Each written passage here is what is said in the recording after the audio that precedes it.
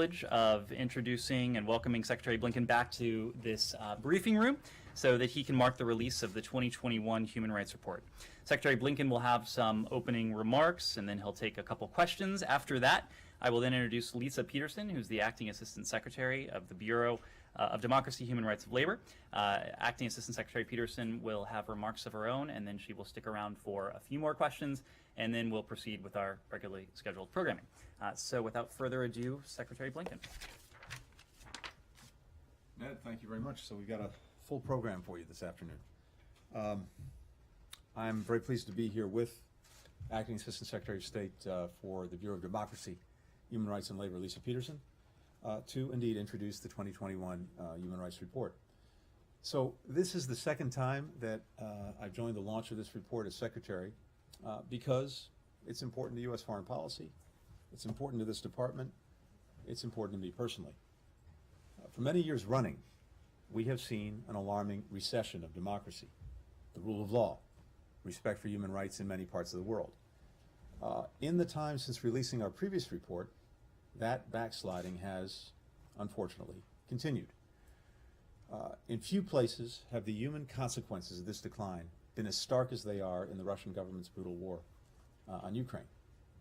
That's especially true in recent weeks. As Russian forces have been pushed back from towns and cities they occupied or surrounded, and evidence mounts of their widespread atrocities. We see what this receding tide is leaving in its wake. The bodies, hands bound, left on streets. The theaters, train stations, apartment buildings reduced to rubble with civilians inside. We hear it in the testimonies of women and girls who've been raped and the besieged civilians starving and freezing to death. In response, people and governments in every region are voicing their condemnation and calling for those responsible to be held accountable. This global outcry has been clarifying. In its disdain for human life and dignity, the Kremlin has reinvigorated a belief in people worldwide that there are human rights that everyone, everywhere, should enjoy, and underscore why these rights are worth defending. At the same time, civil society, governments, and people around the world are rightly pointing out that Ukraine is, tragically, far from the only place where gross abuses are being perpetrated. They want the international community to shine a spotlight on human rights abuses wherever they're being committed, and to bring the same urgency to stopping abuses and holding perpetrators accountable. The United States shares that goal. This report is just one of the ways that we're working to achieve it. It contains individual chapters on nearly 200 countries and territories, each of which offers factual, objective, and thorough accounting of their records on internationally recognized human rights. Whether a country is a friend or one with which we have real differences, the measuring stick we apply is the same. That reflects a core principle of human rights. They're universal. People of every nationality, race, gender, disability, and age are entitled to these rights, no matter what they believe, whom they love, or any other characteristics. This is especially important as a number of governments continue to claim falsely that human rights need to be applied based on the local context. Little coincidence that many of the same governments are among the worst abusers of human rights. The universal nature of human rights also means that we have to hold ourselves accountable to the same standards. Even as this report looks outward to countries around the world, we've acknowledged from day one of this administration that we have challenges here in the United States. We take seriously our responsibility to address these shortcomings, and we know that the way to do it matters. Together with citizens and communities, out in the open, transparently, not trying to pretend problems don't exist or sweeping them under a rug. And in fact, that's what distinguishes democracies. Our willingness, our commitment to pursue that more perfect union.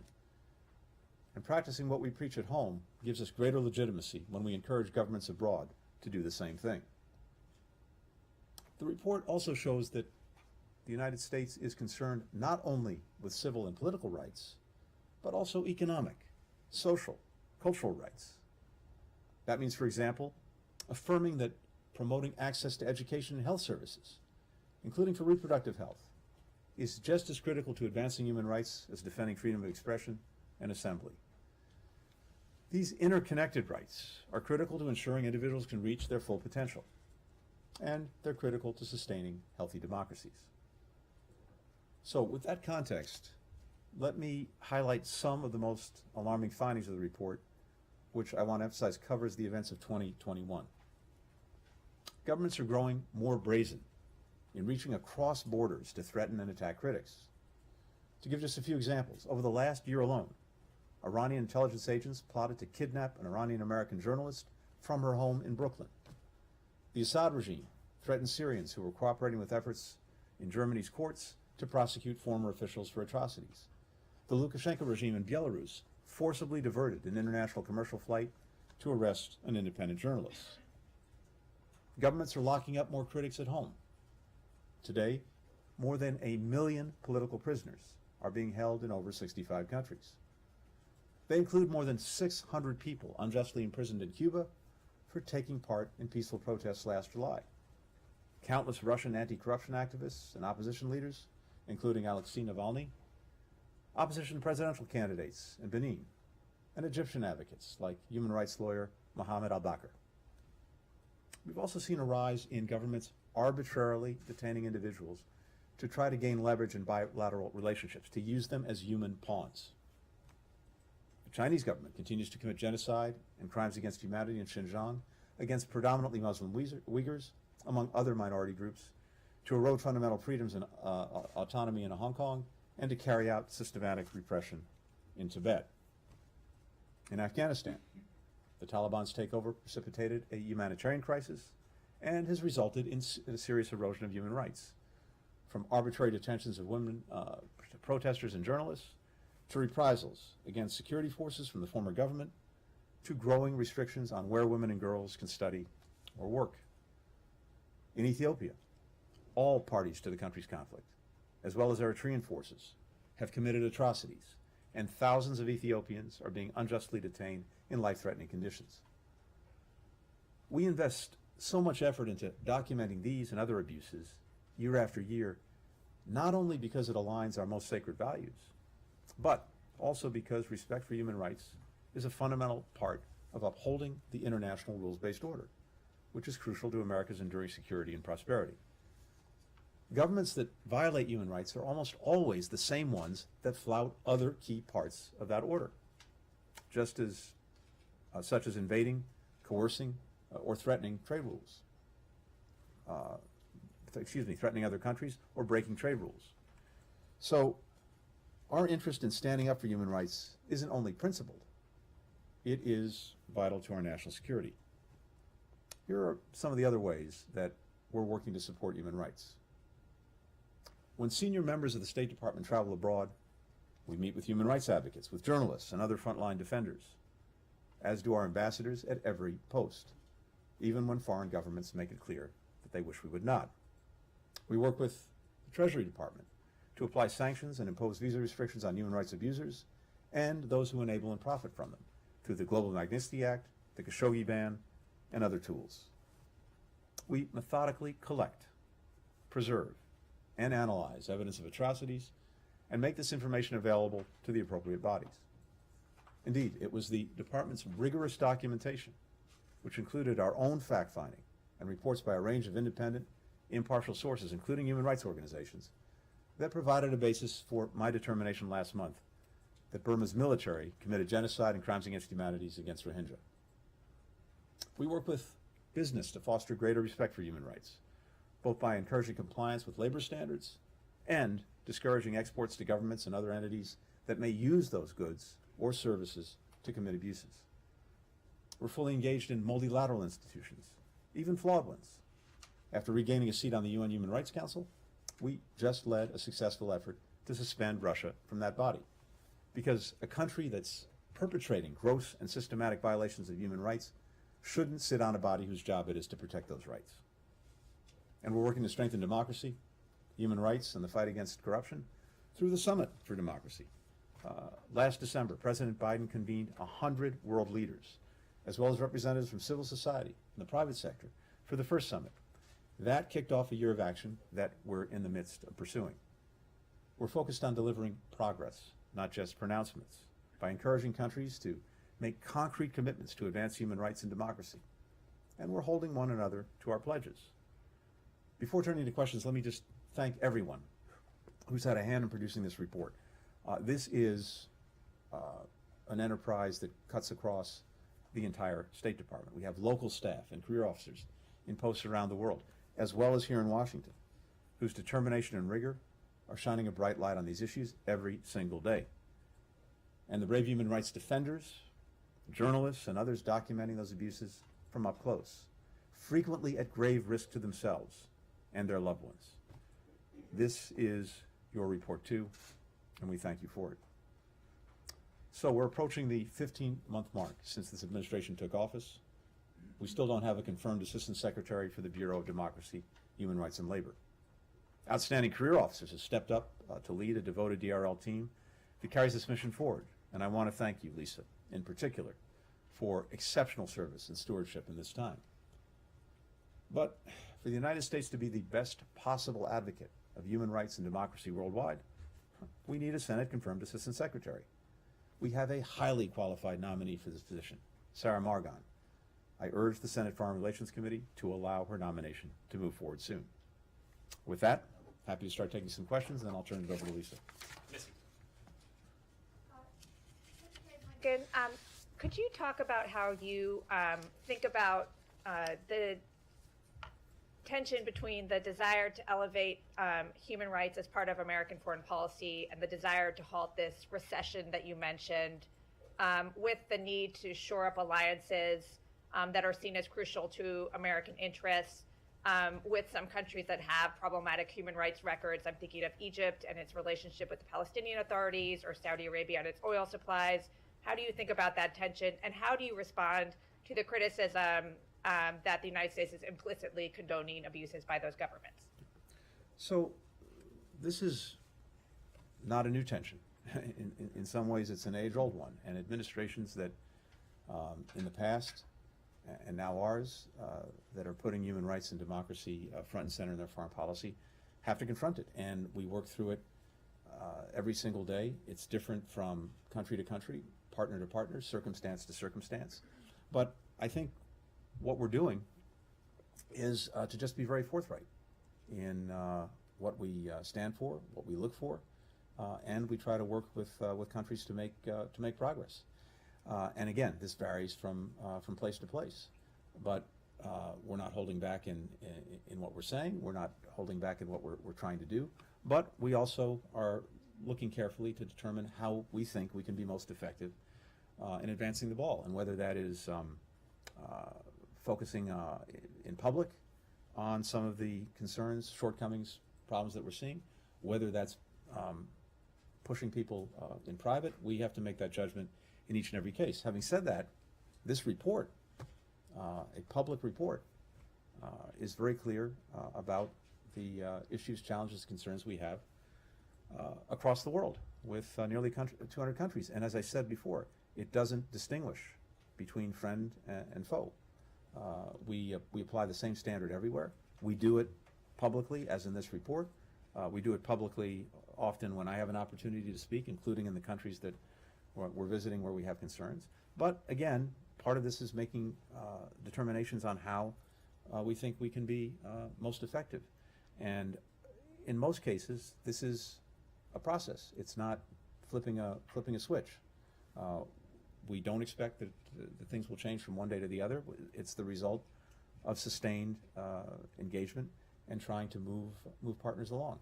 Finally, I just say that I think we have, in a way, added credibility precisely because when it comes to our own shortcomings at home, we're not dodging them, we're not ignoring them, we're not denying them. We're confronting them directly, and in so doing, we strengthen our position, we strengthen our voice in advancing rights. But again, this is a process. It's not something that happens from one day to the next. We're engaged in it. Let's see where we are over the coming years and the progress that we make in individual places. Francesca. Thank you, Mr. Secretary. You were mentioning the situation in Ukraine. Have you made an assessment of any alleged use of chemical agents or weapons in Ukraine? And how credible would you say the reports coming from the Mariupol era are? Or do you have any intelligence about any imminent use of chemical weapons? So when it comes to the reports you're referring to, we're not in a position to confirm anything. I don't think the Ukrainians are either. But let me say this. We had credible information that Russian forces may use a variety of riot control agents, including tear gas, mixed with chemical agents that would cause stronger symptoms, to weaken and incapacitate entrenched Ukrainian fighters and civilians as part of the aggressive campaign to take Mariupol.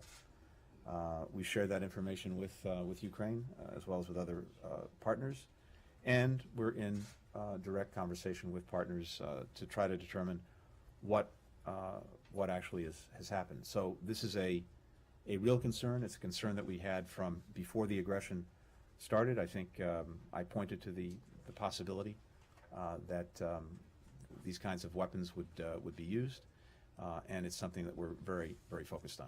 Thank you, Mr. Secretary. All right, Lisa, over to you. Thanks, folks. See you later. When you speak about Russia, what Thank you. specifically in the opposition? Thanks, Andrea.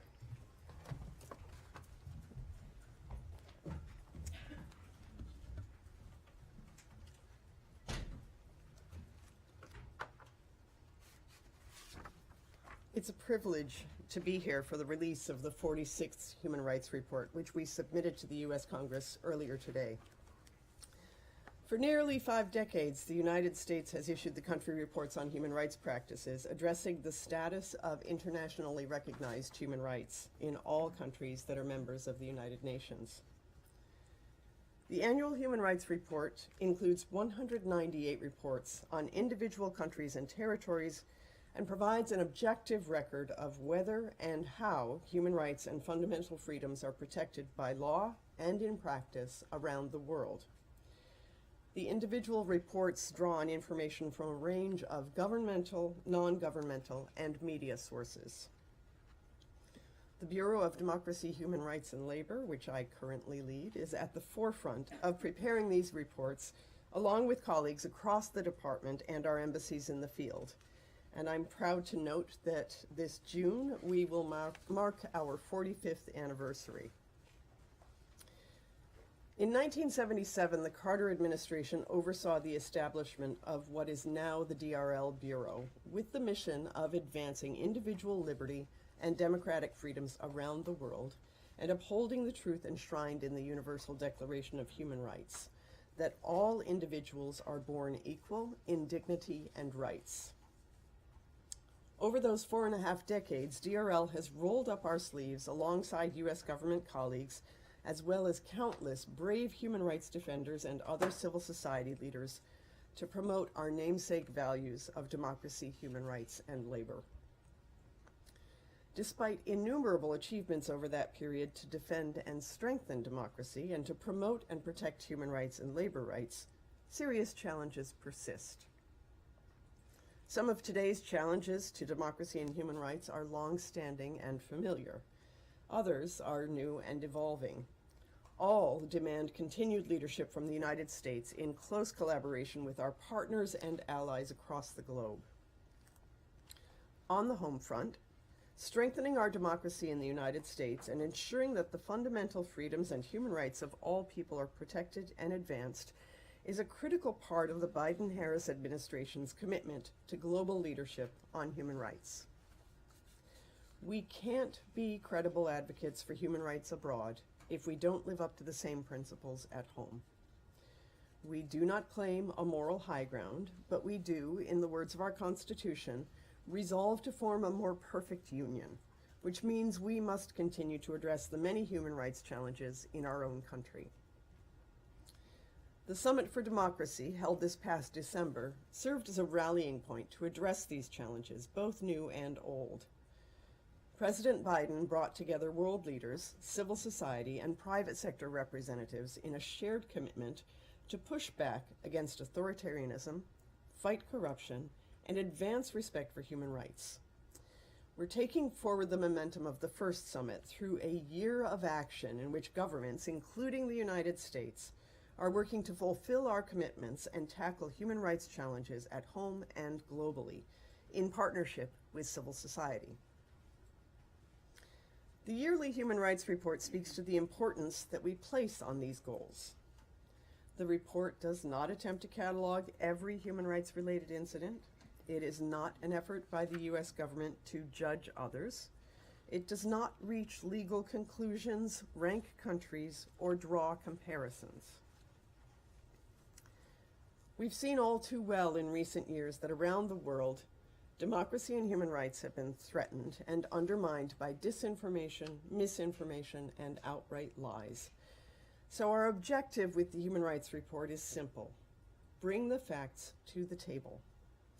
It is only when we're armed with the truth that the United States can most effectively use our voice and our influence to call attention to violations and abuses of human rights worldwide and press the perpetrators of these violations and abuses to change course and end their egregious conduct.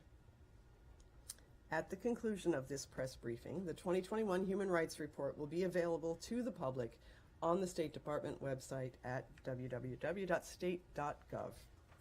Thank you for being here today, and with that, I'm happy to take your questions. Yes.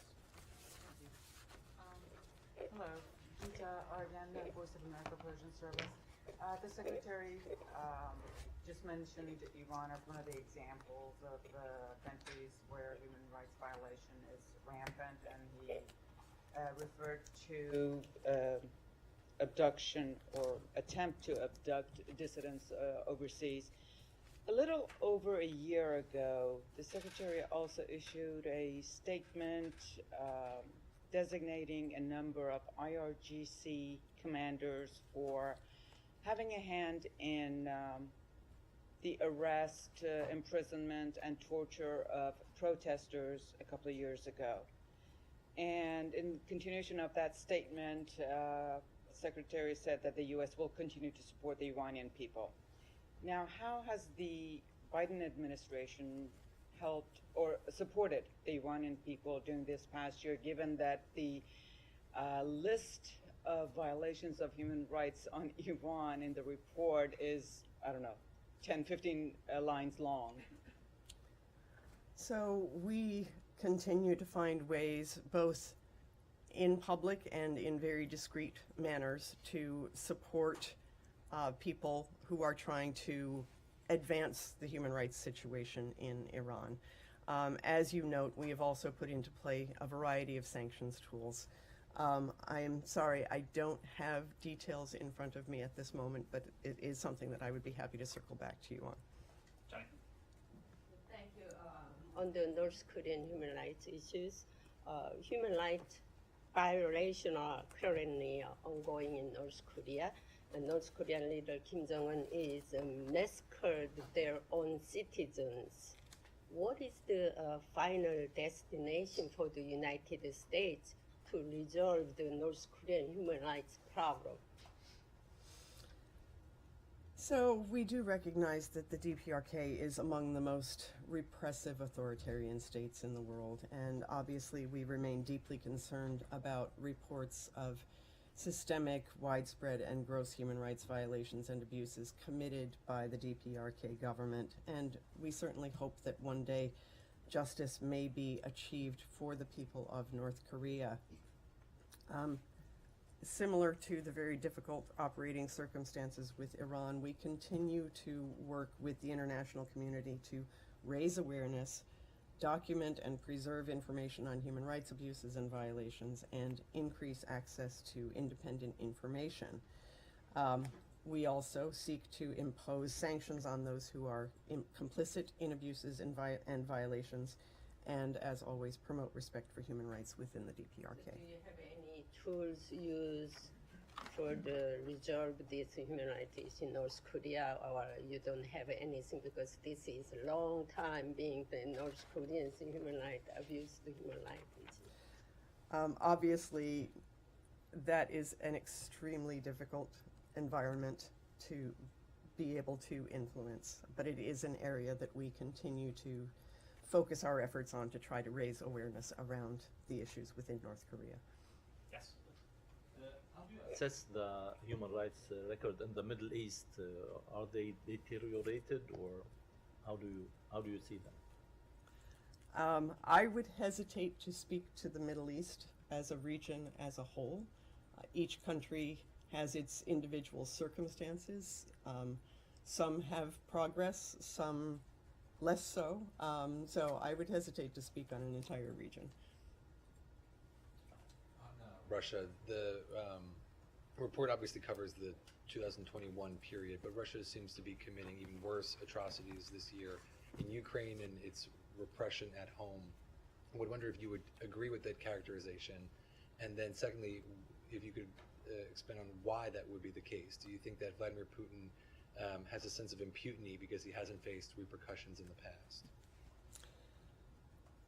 So I will share that, because the report does focus on 2021 and a lot of the preparation is very focused on what went into those reports, I was struck by the manner in which the listing of issues with Russia have simply been amplified in the context of the Russia-Ukraine context.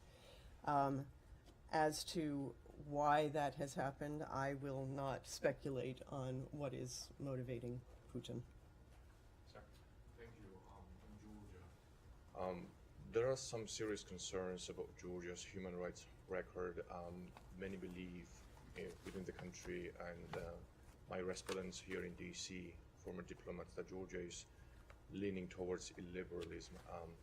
Secretary Blinken mentioned that it's irrespective to friends or not-friendly countries. That applies, that human rights standard applies equally to everyone. I just want to gather your thoughts. How far is the United States willing to go further if the former partners, and Georgia has been partnering with the US for the last 30 years, is violating systematically human rights within its territory? Thank you.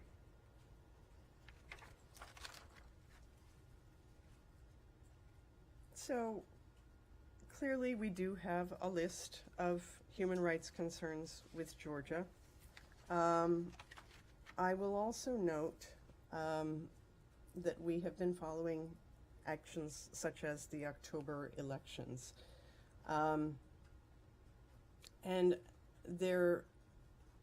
while those were characterized as candidates generally being able to campaign freely, but there were observations from OSCE observers that the competitive environment was marred by widespread and consistent allegations of intimidation. I do think that this is an appropriate example of how we do see problems in countries, and we use the human rights reports to analyze and understand those problems. But in understanding and analyzing, we try to find ways to move forward. And as long as there is opportunity for engagement with a government, we will continue to engage on those human rights issues. Hi, thank you. I know that the report covers last year, but I just wanted to ask you something a little bit more contemporary. There has been a lot of reporting, an increase in reporting of accounts of rape and sexual violence from Ukraine. UN human rights monitors are seeking to verify these allegations of sexual violence by Russian forces. Is that something the United States is picking up, and do you think that it has reached a level where rape is used as a weapon of war? So the reports of sexual violence are certainly something that we are tracking both in our own efforts to understand what is happening in Ukraine, in our own efforts to catalog what is happening there, and through the various citizen-level mechanisms and multilateral approaches that are all gathering information. We are hearing horrific stories. I'm sure you are hearing horrific stories as well, and that is something that we will continue to gather and ultimately, ideally, have it feed into transitional justice mechanisms.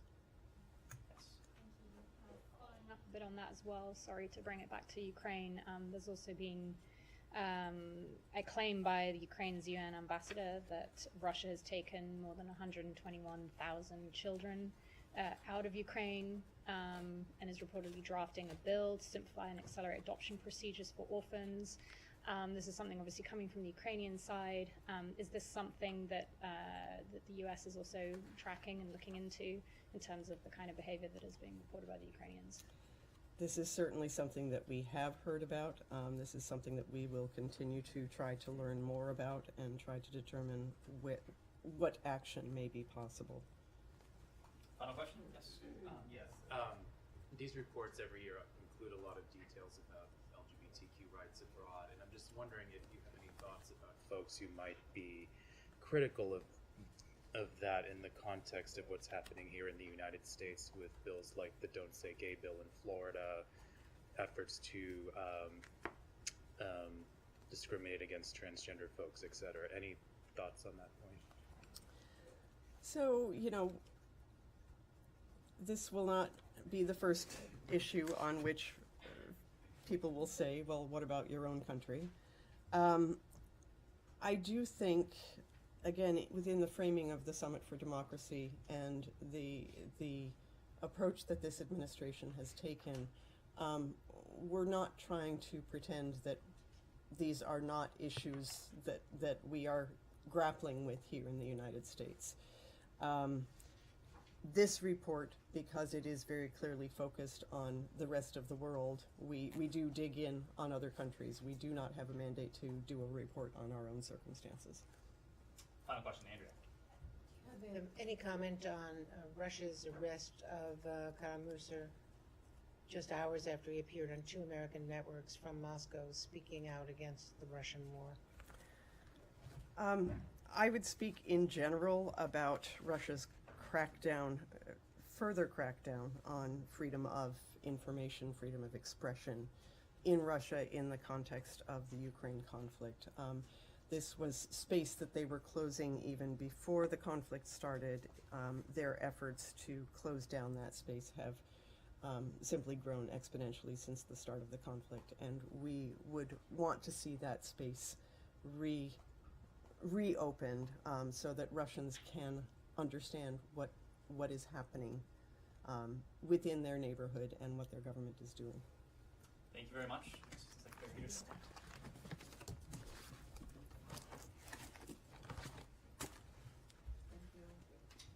See you next year, if not sooner. See you. Yes. Hopefully sooner. Let me actually start where you left off, Andrea, and to go back to a point that Connor raised. And with the arrest of Vladimir Kara-Murza, to add a little more detail to this, this is someone who has previously endured arrests and even near-fatal poisonings in connection with nothing more than his peaceful activities on behalf of the human rights and civil liberties of the Russian people. We've urged Russia to cease the abuse of repressive laws that it has used to target its own citizens, nonviolent demonstrators, peaceful protesters, individuals who are doing nothing more than advocating, again, peacefully on behalf of what are rights that are as universal to them as they are to people around the world. The Russian people, and this is the key point, like people everywhere, have the right to speak freely, to form peaceful associations, to exercise their freedom of expression, and to have their voices heard through free and fair elections. And Connor, you asked about the trends we're seeing in Russia, and certainly anecdotally at least, we do seem to be seeing a crackdown, a regime that is more aggressive beyond its borders and more repressive within its borders. We've seen that last year. We spoke about that in the context of the arrest of Alexei Navalny, the subsequent arrest, detention of the thousands of individuals who, again, peacefully took to the streets to protest his detention. We've seen that just over the past 24 hours with the arrest of Vladimir Kara-Murza. We've seen that in recent weeks with the detention of more than 15,000 Russians who took to the streets to protest what their own government is doing purportedly in their name, and the subsequent crackdown that we've seen in towns and cities across Russia, from Moscow to St. Petersburg, Vladimir Putin's hometown, to towns and cities across the country. I think if you look at this, these are not the actions of a government that is confident. These are the actions of a government, of a regime that is fundamentally insecure, that is not willing to allow its own people to do what is the right of every people everywhere, to voice their protests, to march peacefully, to form associations, and to make their voices and their free will heard. Andrea. In a related issue, in clear rejection of the President's appeal to President Xi, China is reportedly increasing its echo chamber of the Russian false statements about atrocities, false claims that it was Ukraine that staged a lot of these atrocities. Is there anything more between the U.S. and Beijing in trying to get them to not propagate these the propaganda from Russia? These lies. This has been a topic between, to include at the highest levels, between the United States and the PRC. President Biden did have an opportunity to address this. Other senior officials in this government have had an opportunity to address this. The fact is, at the end of the day, the PRC is going to make their own choices about their partnerships, their alliances, their actions, and their messaging.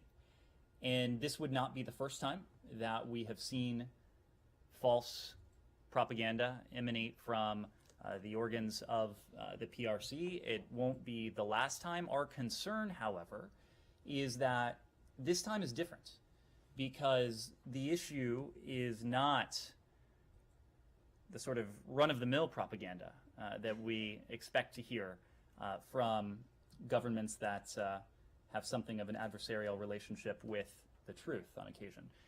This is an effort that may seek to provide cover to Russia's potential plans to employ some of the most heinous weapons in their arsenal against the free people of Ukraine.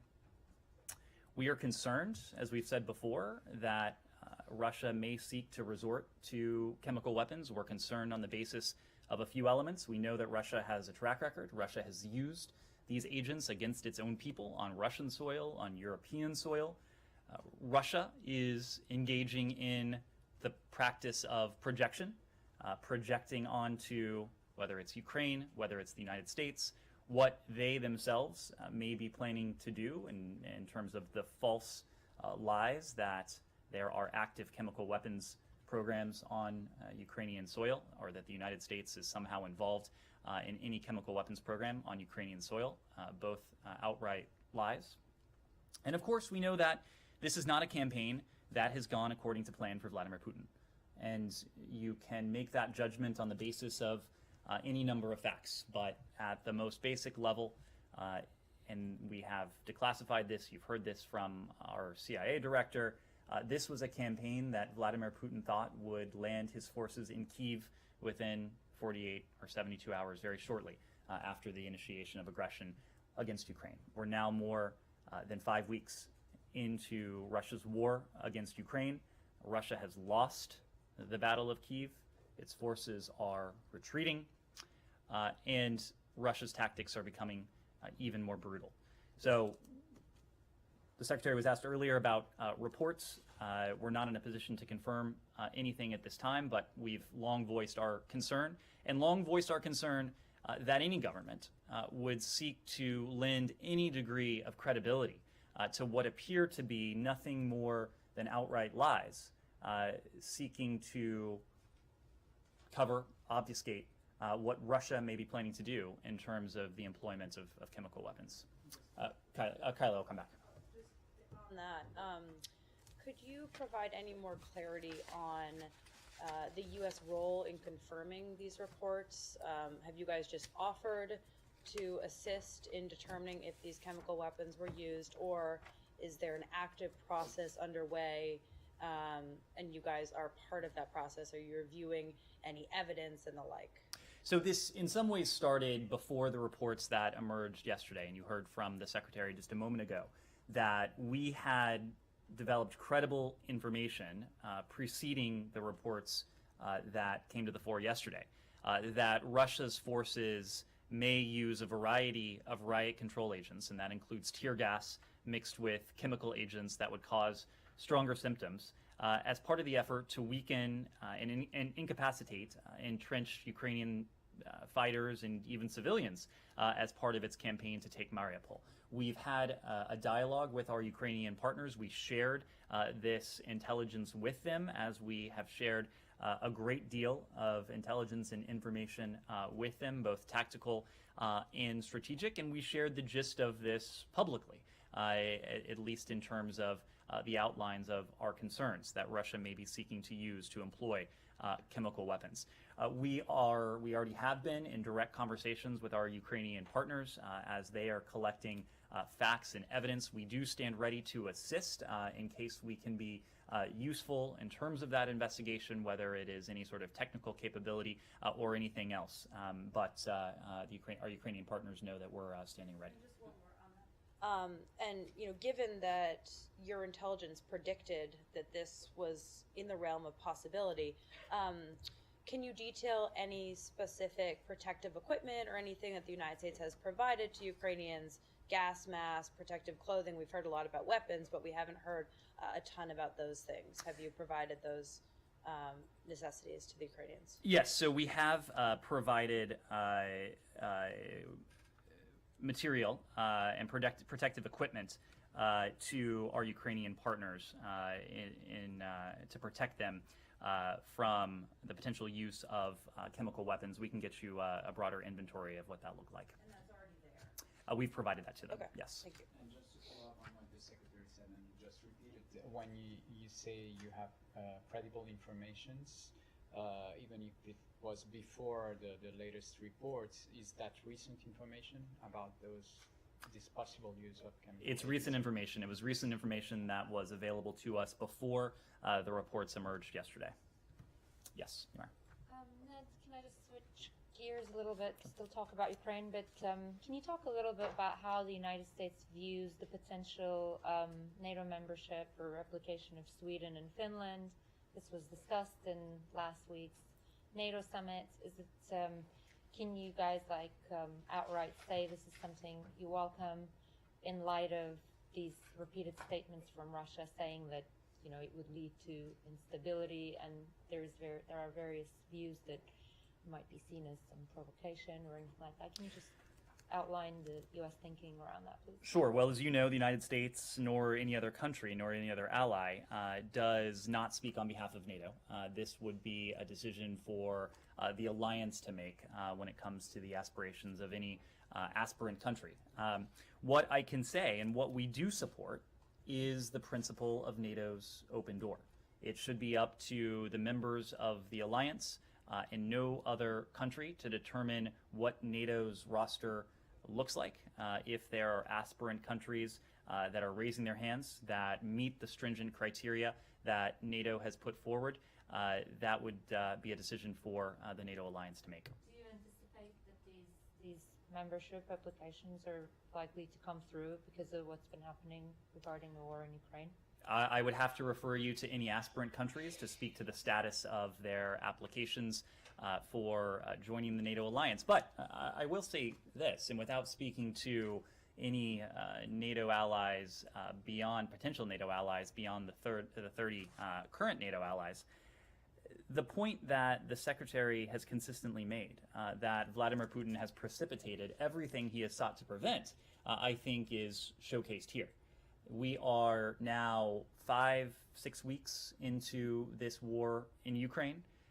In many ways, this is a strategic defeat for Russia already. And one of the ways it's a strategic defeat is because the international community, and NATO in particular, has never been stronger, has never been more united, has never been more purposeful since the end of the Cold War.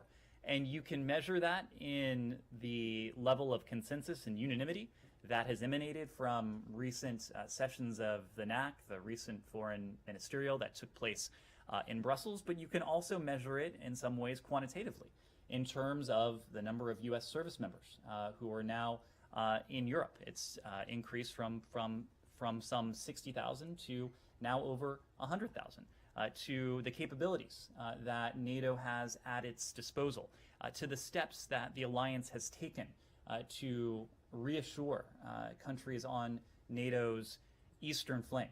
All of this is done defensively in reaction to the offensive operations that Vladimir Putin is undertaking inside of Ukraine. None of this... So what do you exactly make of Kremlin saying that the possible accession of Sweden and Finland would not bring stability to Europe? That a threat? As a general matter, without speaking to any specific Kremlin statements, NATO is a defensive alliance. How the strengthening of a defensive alliance would bring anything other than additional stability and security, that's not something that I have a hard time imagining. Yes. Speaking of alliances with NATO and all the work that this administration has done in the lead up to this conflict, there's a very important presidential election going on in France. How concerned is the US about the possibility of Marine Le Pen becoming the leader of a country like France, who you've obviously worked very hard with in terms of alliances against the Kremlin and displaying unity between the US and Europe? This is a question for the people of France. France is our oldest ally, but this is a question for the French people, and they will exercise their right to vote in the coming days. Yes. Nearly 3 weeks ago now, the administration announced that it would accept up to 100,000 Ukrainian refugees. Can you give us any update on what your plans are to actually do that? Well, this is a question that we are working on right now with colleagues throughout the administration, including in the Department of Homeland Security. The statement that the president made from Warsaw is that the United States would seek to admit up to 100,000 Ukrainians. And so the U.S. RAP program, the U.S. Refugee Admissions Program, is one potential avenue that we would seek to utilize to reach that number. But there are other programs and authorities that we could potentially use, including programs and authorities that would seek to reunite and reunify families that have been separated because of President Putin's aggression in Ukraine. But even as we work on these questions with our colleagues throughout the interagency, we are already taking drastic action to support the humanitarian needs of those who have been internally displaced inside Ukraine and the millions who have been forced to flee their home country and who are now residing in most cases, nearby European countries. We also know that many Ukrainians want to stay in the region, and they want to stay in the region for a couple of reasons. In many cases, many of them have had to leave behind husbands, brothers, sons who are fighting this Russian aggression. Additionally, there is every hope, and we share this hope, that Ukraine will, before long, once again, be a secure, stable country where Ukrainians can return to. So our goal is, in the near term, to support the humanitarian needs of IDPs inside Ukraine, refugees inside Europe, and then, as appropriate and given the level of demand, to welcome up to 100,000 Ukrainians to the United States using all legal pathways available. But for those who don't want to stay in the region, they would want to come now. And so you don't have anything in place now. You're not taking action right now. There are existing programs, including the U.S. Refugee Admissions Program. There's the Lautenberg program that is very active right now. There are other potential avenues, and what the president committed to was to accelerate and to expand the scope of our ability to welcome Ukrainians to the United States should they choose to come here. Can I ask just on another Sure. topic on Brittany Griner's case? Do you have any update? Have you tried to make a consular visit and been denied in the last month? And on Trevor Reed, any response to his to the denial of his appeal today, and his statement in court that he's not getting any medicine and or treatment for a broken rib.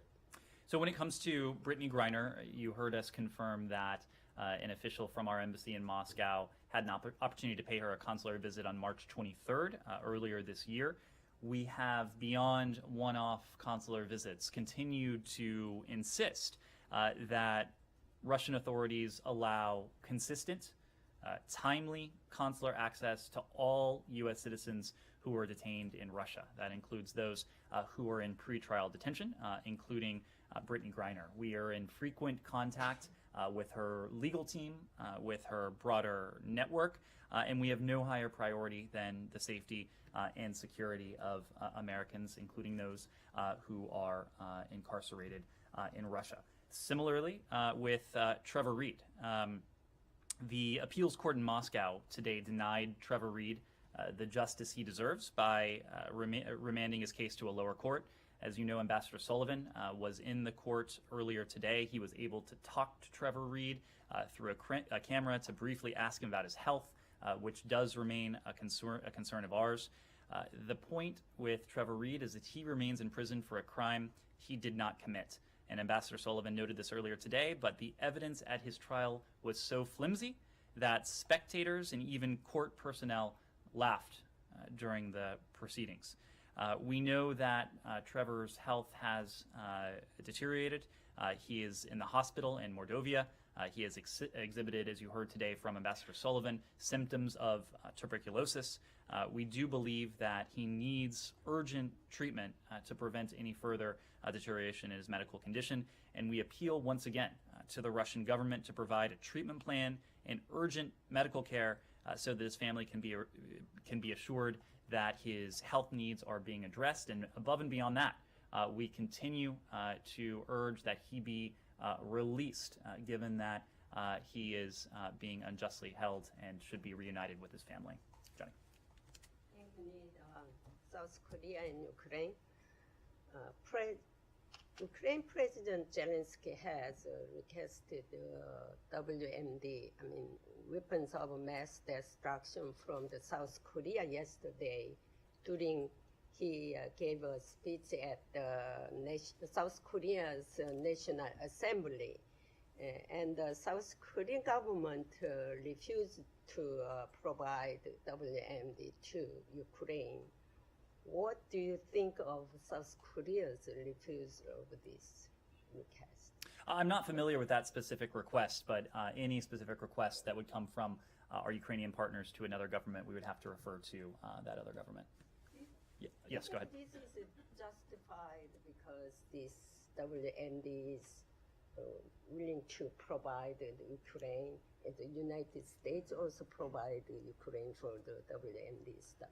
What we and our partners are providing Ukraine is a massive amount of security assistance and precisely what our Ukrainian partners need to defend themselves against Russian aggression. In the case of the United States, we've provided over $2.4 billion worth of security assistance since the start of this administration, about $1.7 billion over the past month alone. If you add in contributions from our partners and allies around the world, more than 30 countries that have provided security assistance to Ukraine since the start of this aggression, that number grows even higher. And I think you can look at the effectiveness of that security assistance through a number of different lenses. As I said before, Russia has lost the Battle of Kyiv. They lost the Battle of Kyiv as a result of the determination, the tenacity, the bravery, and the grit of the Ukrainian people. But what has enabled Ukrainian resistance to this aggression is the massive amount of security assistance that the United States and our partners and allies from around the world have provided. And you can measure just the amount of that security assistance, again, through by a number of different ways. If you take, for example, anti-tank systems that are currently in Ukraine. For every Russian tank currently in Ukraine, the United States alone has provided 10 anti-tank systems. If you add in the contributions of our partners and allies, their anti-tank systems, that number and that ratio goes up to 90 anti-tank systems for every single Russian tank in Ukraine. It is a similar ratio in terms of anti-armored systems. For every Russian armored vehicle. The United States has provided 3 anti-armor systems. If you count the contributions of our partners and allies, that ratio goes up to 25 to 1. And you can go almost across the board in terms of Russian assets in Ukraine and the amount of security assistance that we have provided. What we're also doing, beyond the scale and the size of that security assistance, we are providing our Ukrainian partners with precisely the type of security assistance they've requested. You heard from our colleagues yesterday that we're going to be in a position to provide artillery, and that will come as a direct result of what we've heard from our Ukrainian partners. We also announced on Friday, and our Slovak partners announced on Friday, that they would be transferring the S-300 long-range anti-aircraft system. That transfer was complemented and in some ways enabled by the fact that we were able to backfill that system with the provision of a Patriot missile battery. So whether it is equipment from our own stocks, whether it is our ability to backfill what our partners and allies are then in turn providing, or whether it is what our partners and allies themselves are providing, we are making sure that every single day there is a delivery of much needed and requested security assistance to our Ukrainian partners. And most importantly, it's security assistance that is having a clear effect on the battlefield. Yes? Switch topic. What is your comment on the attacks in Israel and the Israeli military operation in Jenin camp? Well, we're deeply concerned with violence in Israel and the West Bank, which we saw continue, unfortunately, over the weekend, and which has led to the deaths and injury of Israeli and Palestinian civilians. We urge all sides to refrain from actions that escalate tensions and unrest and undercut efforts to advance a two-state solution. And we encourage all sides to work together to end this cycle of violence. Yes? Mariupol's mayor has said that more than 20,000 civilians may have been killed in that city so far. Does the State Department have a sense of the civilian casualties in terms of numbers so far in Ukraine overall? And then I have another question about Mariupol. Apparently there are people that are being forcibly removed from that city and sent into either Russian controlled areas or Russian cities throughout the country of Russia. Do you know if that's happening? Does the U.S. have any evidence of that happening right now? So in terms of the death toll, we aren't in a position to attach a figure to that, primarily because the Battle of Mariupol continues. Violence, in some cases unimaginable levels of violence and brutality, continue to inflict grave harm on the people there. So we've heard estimates, but until we have, and our Ukrainian partners in the first instance, have a better sense of what has transpired on the ground, we're just not going to be in a position to attach a figure to that or to endorse any numbers. When it comes to reports of forced displacement, we have seen these reports. We believe some of them are credible. What we have consistently said is that whether it's Mariupol or other besieged areas, there need to be humanitarian corridors to allow people to leave on their own free will, not to see to it that the only escape hatch they have is to a place like Russia or to the North Belarus, but to areas that are not under siege. Just as civilians should be allowed to leave, humanitarian assistance should be allowed to enter, to flow in. We have not seen humanitarian corridors stick, certainly not to the extent that they should, because of one actor in this conflict, and that has been the Russian aggression, even when humanitarian corridors have been agreed upon. Missy. Just to follow up on Humera's question earlier about Finland and Sweden, without speaking for NATO or speaking to their potential application, can you just say what the United States believes it would mean for NATO to have additional members with significant military, the kind of significant military capability that those countries have? As you know, they have a lot more military assets and bigger militaries than many other NATO countries. And if they're I'm just trying to get at what this would do to the deterrent or defensive power of the alliance.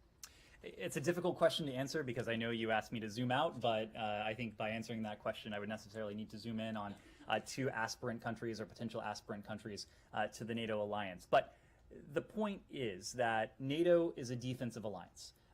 NATO now is more determined, more committed, more purposeful in those defensive aims precisely because we have seen Russia, NATO's neighbor to the east, take aggressive action, take offensive action against countries in the region. There's a concern, of course, that President Putin's aims may not be confined solely to Ukraine. Of course, there are pro-Russia forces in Georgia, and Russia is a country that has meddled in other places as well, certainly to include Moldova. So the reason, again, without speaking to any other countries, the reason we may be seeing additional interest in a defensive alliance is precisely because we've seen offensive operations and aggression on the part of the Russian Federation. So if there is any cause of increased interest on the NATO alliance, if there is anything that at its core undergirds this sense of purpose, of unity, of determination on the NATO alliance, at the core of that, I think it's fair to say, is Vladimir Putin. One final question? Sure. Can I just ask something about Afghanistan? Does the U.S. have a hard number of how many American citizens are still in the country? How many of those people are trying to leave Afghanistan? And when was the last charter flight to take Americans out of the country? So we have made a commitment, as you know, to U.S. citizens, to lawful permanent residents, to those we have a special commitment to help them relocate from Afghanistan should they choose to do so. Those efforts have been underway since the end of the U.S. military evacuation. The number is close to 1,000 between American citizens, U.S. citizens, and lawful permanent residents who have been directly relocated out of Afghanistan with the assistance of the U.S. government. When it comes to the estimate of U.S. citizens who are still in Afghanistan, that's a number, as you know, that fluctuates because there have been recent we have recently been able to affect the relocation of additional Americans out of Afghanistan, but there are Americans who will raise their hands, having seen the success we've had. So we are in touch with a number of Americans. We're continuing to do everything we can to support their desire to relocate, and we will continue to do that as long as there are Americans who wish to leave the country. Have there been flights that have been able to get out, though, recently? There have been recent flights. Do you have the number of people who are in third countries still trying to get into the States? These are non-American citizens. We can. I think we can get you those numbers. On Shanghai and the Consul General, can you Sure. speak to the decision and particularly that it was based around the COVID restrictions? Or do you view them? China says that they're based in science. Do you view them as onerous, as severe, as a violation of folks' freedom of movement or anything like that?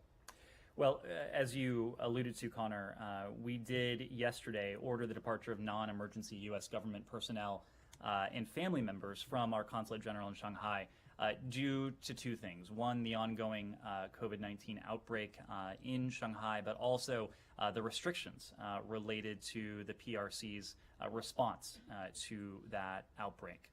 We previously were on authorized departure, and the move to ordered departure means that we are now mandating that all family members and certain employees depart Shanghai rather than making this relocation decision voluntary. This reflects at its core our assessment that it is best for our employees and their families to temporarily reduce in-country staffing as we deal with changing circumstances on the ground. There are commercial flights. We expect our employees and their family members will be able to depart Shanghai in the coming days on commercial flights. Ambassador Burns and other Department of Mission officials have consistently raised our concerns about the safety and welfare of U.S. citizens with PRC officials, including in the context of the PRC's COVID restrictions. We've informed the government of the PRC about our ordered departure. And even as we draw down our staff at the Consulate General in Shanghai, we continue to provide support to our U.S. citizen community throughout the PRC.